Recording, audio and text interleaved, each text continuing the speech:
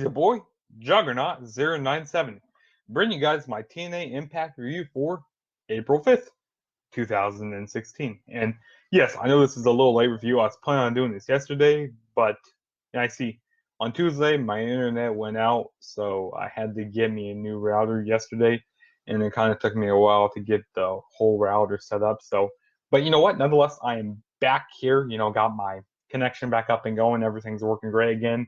And I'm happy that my internet didn't go out on Sunday because that would have been really bad because, during WrestleMania.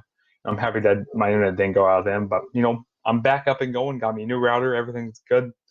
So, yeah, let's get started with this TNA Impact review. So, pretty much this show was titled Revenge of, the Hardys. And pretty much this was the show.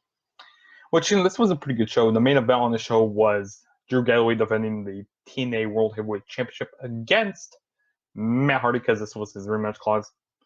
But let's go ahead and get started with the show. It was actually a pretty good show. I actually kind of enjoyed it. But here we go. So the first match we kicked off with was a six-sided steel match, which pretty much Jeff Hardy, asked for this match last week to end the show off. And so we get a six-sided steel match.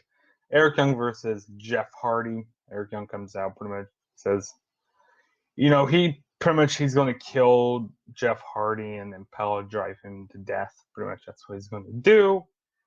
And then Jeff Hardy makes his entrance in. But hold up, he has a table with him. So, but Eric Young gets out of the ring, and then pretty much there's a beatdown on Jeff Hardy, Bram, and Eric Young beat down on Jeff Hardy. So it's a brawl outside for the ring for a little bit. And then Eric Young, he starts putting chairs into the ring, and then they put the table inside the ring.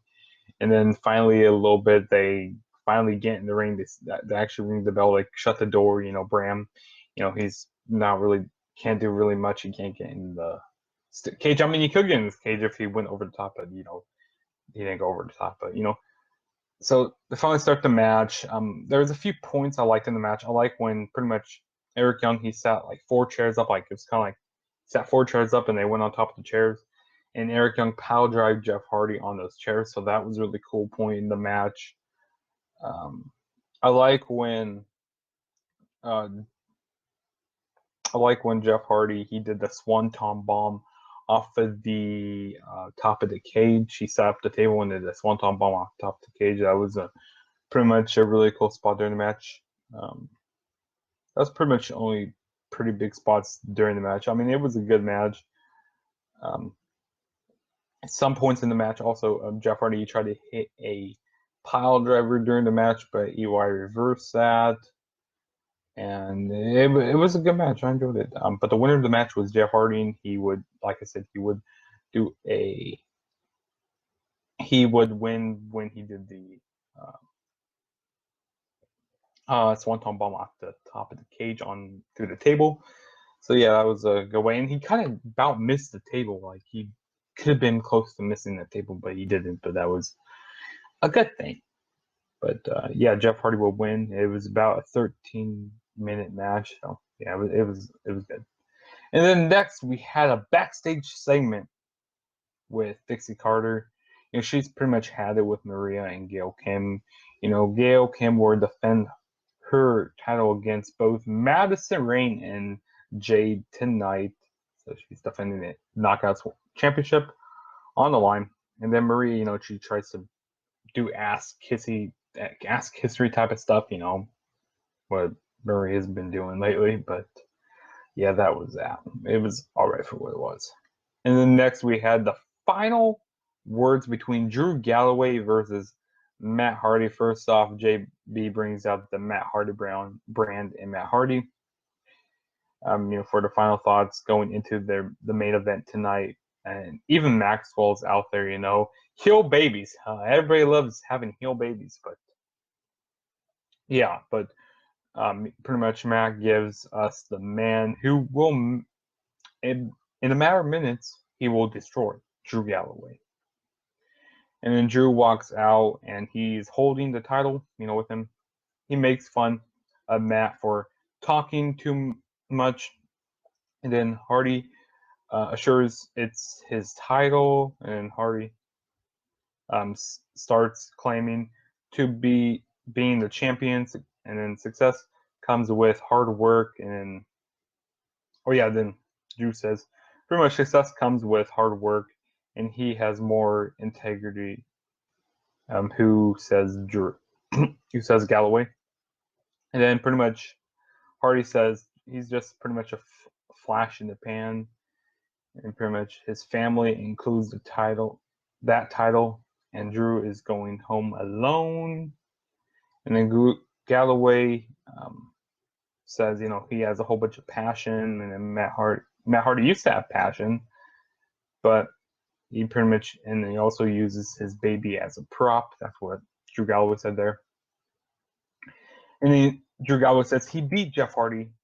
He says Matt complains about the inferior Hardy, and Drew says that they aren't the same, but he beat Jeff, and tonight he will beat Matt Hardy, and he will be known as the best in the world.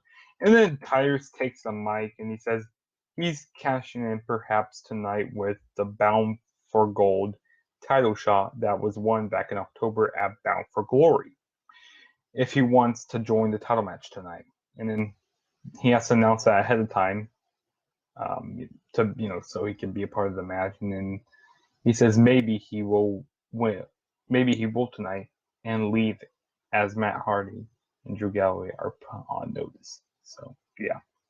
And then next we get Pope D'Angelo Dinero. He's backstage, getting ready for his street fight with Lashley. It's another disqualification match tonight. Lashley will find out that it's much easier to jump on than jump off. Lashley versus Pope, which is coming up next. But then we get EC3 congratulates Tyrus and tells him he's going to interfere with the Tyrus cash-in. Tyrus says only he knows when he is cashing in, and they swore that there's undying hatred for each other. So I like that. That was a good segment backstage with both of them. So we could say, during a lot of this night they were trying to tease that there might be a triple threat match for the TNA World Heavyweight Championship tonight. So I like that tease that they were doing. That's good. But then next we get Lashley versus the Pope D'Angelo Dinero. Pretty much Lashley jumps Pope while he's pretty much putting on his wrist tape. I mean, why Pope? Why did you put on your wrist tape on your way out to the ring? Why did you do that? I don't understand why I did that. And pretty much during the whole match, the wrist tape, the wrist stuff was still hanging on to Pope's hand, so I thought that was funny. But Lashley attacks Pope from behind, and this was pretty much a one-sided beatdown until they go outside the ring, and then pretty much Pope throws a trash can at Lashley, and then he throws, I think, a trash can lid. Yeah, no, he jumps off Pope jumps off of the steel steps and then hits Lashley with the trash can lid. I thought that was good. And then Pope grabs a kendo stick and then racks Lashley with the kendo stick under his balls. So I thought that was pretty funny during that. I got Herman's ding ding, or his balls, whatever you guys want to call it. But Pope was just going to town with the candlestick on him. I like when Lashley hit the spear, like he pretty much hit the spear through the ropes on the Pope. That was cool. And then, but the winner of the match was Lashley when he was going for a spear off of the. He wasn't going for a spear. It was the Pope. He was going for a top rope move. He did a top rope move, and then Lashley caught him in the mid-air spear, and that the winner of the match was Lashley. So yeah, that was pretty much one-sided beatdown. It wasn't really much of anything. It was, like I said, it was a street fight, like I said. But after the match, Lashley gave the Pope a couple more spears, and then EC3 came out, and pretty much EC3 walked down to the ring. I don't know why he walked down to the ring, because he should have saved Pope a long time earlier. Like, he shouldn't have just walked out the ring. Like, this was a run-in. I don't know why he just walked onto the ring, but pretty much Pope walks away from this. And I'm not Pope. Sorry, Lashley. Sorry, screwed up there. Lashley walks away from this. So walks away from EC3 as they do a stare down, and then from behind, Mike Bennett attacks EC3 with a steel chair, and then we're back from a commercial break, and EC3 is getting up, and then Bennett, and he says, "Bennett, come out here and finish the job." And then Maria comes out on the sunshine and puppy dog tails, and EC3 gives no fucks. And then Bennett walks out and says, "He is nothing like Carter. He exists to give Carter an excuse." And EC3 says, "The only reason he exists is because he has allowed Mike Bennett to exist." The reason why he exists is because he's allowed to. And then Mike says, pretty much he's a bitch, and then everyone Ethan knew has left him, and he can only blame himself, and he has no problem beating Carter. And EC3 tells him to finish the job, and he tosses the chair. And then Mike says, "Not tonight, though. Next week, you can have me." So next week, we'll be having EC3 versus Mike Bennett. So that's going to be really cool. Which one thing I like that they do on these impacts, they set up matches like for the following weeks, which I really like that. Like, their TV shows, that's what really helps out TNA a lot, like, because they like to do weeks build to these matches. So I like that, because they don't do pay-per-views monthly, so they you can't really know when these rivalries are going to end. So I kind of like how they do that, which I kind of wish they would bring back pay-per-views, because like, I don't know, like, actually at least just have 4 pay-per-views a year, like one in January, like one in like May maybe, and then one in like June, and then October, or or maybe August, whatever. I wish they would just have like Bound for Glory, Destination X, and Slammiversary, and probably one more like Genesis. I wish they still have 4 pay-per-views, but they don't, because they did that back in 2013 where they had 4 pay-per-views, but they they decided not to do pay-per-views anymore, which kind of sucks. But yeah. And then next, also during that, Carter attacks Bennett, throws Maria, and then pretty much throws Maria in the way, and then EC3 chases Mike Bennett outside, and then Carter beats Bennett into a cart, and Mike blasts him with an tire iron, and then he steals, Mike Bennett steals the car, and that was that segment. So I really enjoyed this segment. So yeah. And then next we had was a backstage segment with Spud telling Tyrus he is brilliant. He has a plan to give the title back to Matt, and Tyrus pretty much walks away.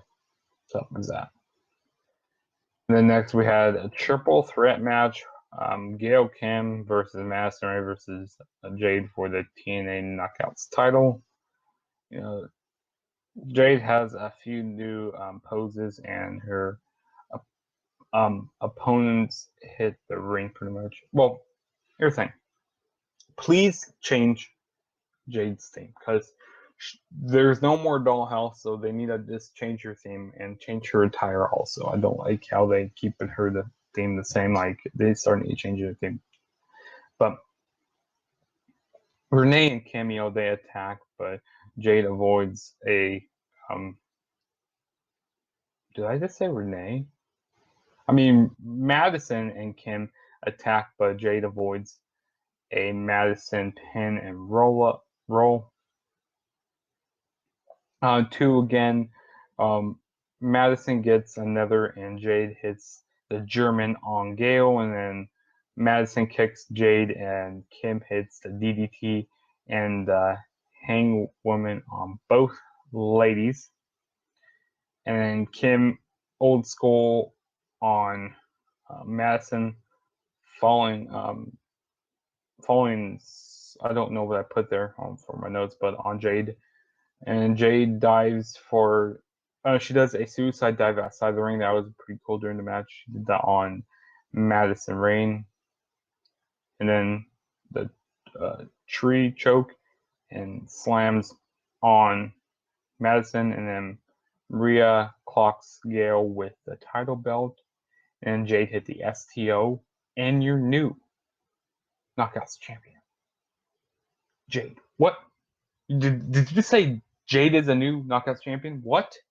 What? Jade is a new Knockouts champion? I really wasn't expecting a title change to happen right here. I got like, what? There's not very much build for this. Like, they weren't even telling that there was going to be a title match this week. So that's surprising there. You know, a new, like I said. So you guys are saying there's a new Knockouts champion.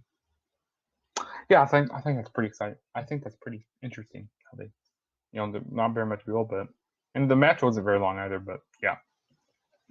And then next we get Drew Galloway. He is backstage and saying that he was impressed by Tyrus, but no matter what, he is staying the champ. That was that, pretty much. And then next we get Gregory Helms saying he will call out Eddie Edwards to see if he accepts their challenge to being tag team partners. And then next we get another show from last week. Al Snow destroying Grado and breaking his arm. And then Corgan is standing by Al Snow. Al is a producer and is put Grado out for a month. And then pretty much Corgan said Al is suspended for a week. And better, he has to go apologize. And then Corgan says, in public, to the world. So I thought that was funny. He was like, yeah, you have to go do public, in the world, in front of the whole world. So yeah. But then next, we have Gregory Helms in the ring with Trevor Lee, which he took credit for Trevor's win. And he calls out Wolves Nation leader Eddie Edwards. Eddie says that for the time, and Helms says he spent his time all these years. And Eddie says, tagging with will be an honor. And Eddie says, the problem is the title shot belongs to him and Davey Richards. Why would he be part of Helms Dynasty when he can be part of the nation? On behalf of Davey Richards, his answer is no. So, yeah. And then Helms says, if he isn't with him, he's going to go through him. And then we got beer money. They come down to save Eddie Edwards because Eddie Edwards was about to get attacked by Gregory Helms and Trevor Lee. And then James and Bobby hit the ring, like I said, to prevent the attack on Eddie Edwards. They say, line all the tag teams up and they'll knock them all down. And that was that. And then pretty much, like I said, saving Eddie Edwards, and then Eddie Edwards leaves. And then James Storm and Bobby Roode is still in the ring. And then next we got DK coming out. Rosemary, Crazy Steve, and Abyss make their way out into the darkness. And Rosemary says this, and I quote, when you wish upon a dying star, it makes no difference who you are. DK! DK! DK! And then Abyss promises this time they will take the titles forever.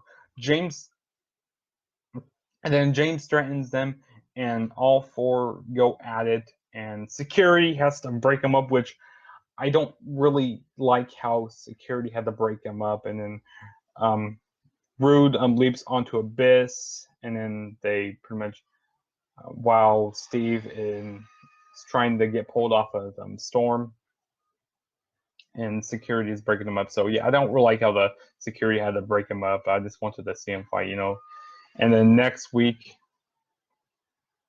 excuse me, and then next week, my dad is fucking drying his hair.